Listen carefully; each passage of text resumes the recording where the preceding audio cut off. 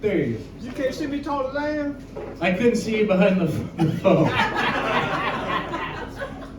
Oh, wow. And that ain't even a big phone. How y'all doing this evening? Yeah. Man, so the other day I had to go and see my doctor. And I was on the bus. And as we was riding, the bus driver stops and the lady gets on the bus. When the lady gets on the bus, the lady does like this. The bus driver does like this. The lady does like this. The bus driver does like this. I said, hold on, man. I'm going to report you to RTA. She said, wait a minute, brother, you don't understand. The woman can't talk and she can't hear. She asked me without going uptown. I said, no, downtown. She asked me without going by the theater. I said, no, the ballpark. She said, shit, I'm on the wrong bus.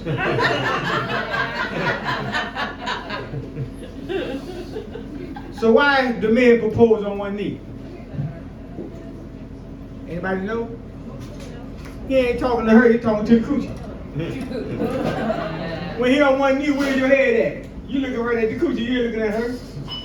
So you know, sometimes coochie seem to show when you don't even want it. And I'm gonna tell you why. Because I'm a mechanic and I work on cars. And I did some work for this young lady on the car. When I got done, she said, how much do I owe you? I said, $70. She said, $70? I said, yeah. She said, wow, I seen how you been looking at me. I said, well, no, baby, I ain't been looking at you. She said, yes, you have. So she tried to find a way to get out of the money. You know what I'm saying? So I said, well, baby, I ain't been looking at you. I said, I need my money for the work that I did. She said, what's wrong with me? I said, nothing. I just don't want nothing overused and played with. Ain't that how it is when you get about a relationship, ain't no telling who might have it, then it's your turn, and it's wide open. You know what I'm saying? So, I'm gonna tell you right now, I'm 69 years old. Ladies, don't like I got sex appeal? Yeah, but that's how I do sex with appeal. Last week I took a Viagra, the damn thing I stuck in my throat, my damn neck was stiff for about 6 hours.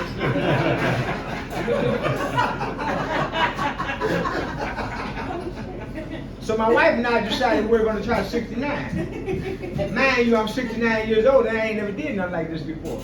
But my wife said she was gonna show me. She told me to lay down on the floor, so I laid down on the floor, and my wife comes over and she squats down over me, but she parks.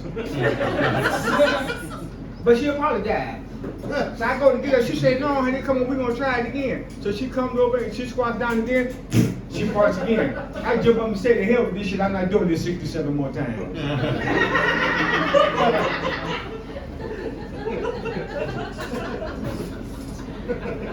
So I was at the bar, and the barmaid asked me, she said, what you drinking? I said, water. She said, no liquor? I said, no, liquor up front and poker in the back. That's my liquor right here. That's all the liquor I need. I ain't got to put it in the glass, I put it in the ass. That's what I Yeah, so I'm trying to practice because I got a show coming up this weekend, this Saturday. So I'm trying to get my good stuff out. But I do feel good because every time I go places I look around, I think I'm the oldest person in this bar. Because I'll be 70 in June. Anybody close to that? I ain't gonna come up short twice. I think I look good for 69. And I'm a veteran. Yeah. I'm a veteran of crack cocaine. From 1988 to 2017, I went from freebase smoking to crack smoking. Man, I was so high, birds used that for directions. I was so high one time that I called the police on myself, and they arrested me and took me to jail. The next morning, I had to go to court. And the judge asked me, he said, how do you plead? I said, not guilty. He said, can you explain the 27 cigarette lighters? I said, Your Honor, I was afraid of the dark. But I've been sober, y'all, for 7 years. This is my sobriety point right here. December the 3rd, I celebrated 7 years. And I had to go through this program. And when I was in this program, they said, if you want to stay sober, you got to change your people, places, and things. And the first thing you want to do is get rid of your drug dealer's phone number. Man, I ain't talked to my daughter since. Now, y'all laugh at that, but that's fact. That's not the joke. And me and my daughter still not talking to this day. You know, it's a shame, you know what I'm saying? I had to come up like that. But it's all right, though. It's going to be all right. So, I just put in an application for a job. And they told me that I got to wait for my background check. Do y'all think this background right here might check out real good? I just thought I'd just say that, because they say they need a background check everywhere you go. You got something in your background, and they check it out. I wonder will you get hired. But anyway, once again, I'm gonna tell y'all how I became a comedian. I had this job working at a pickle factory, and I had this fantasy of sticking my finger in the pickle slicer.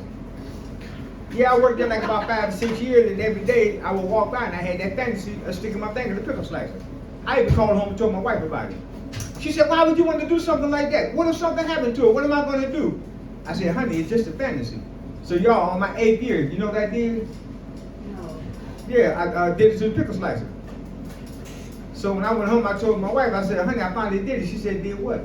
I said, I did the pickle slicer. She said, well, what happened? I said, I got fired. She said, no, the pickle slicer. I said, shit, she got fired too. Thank y'all, man. Have a good day. Give it up for the host.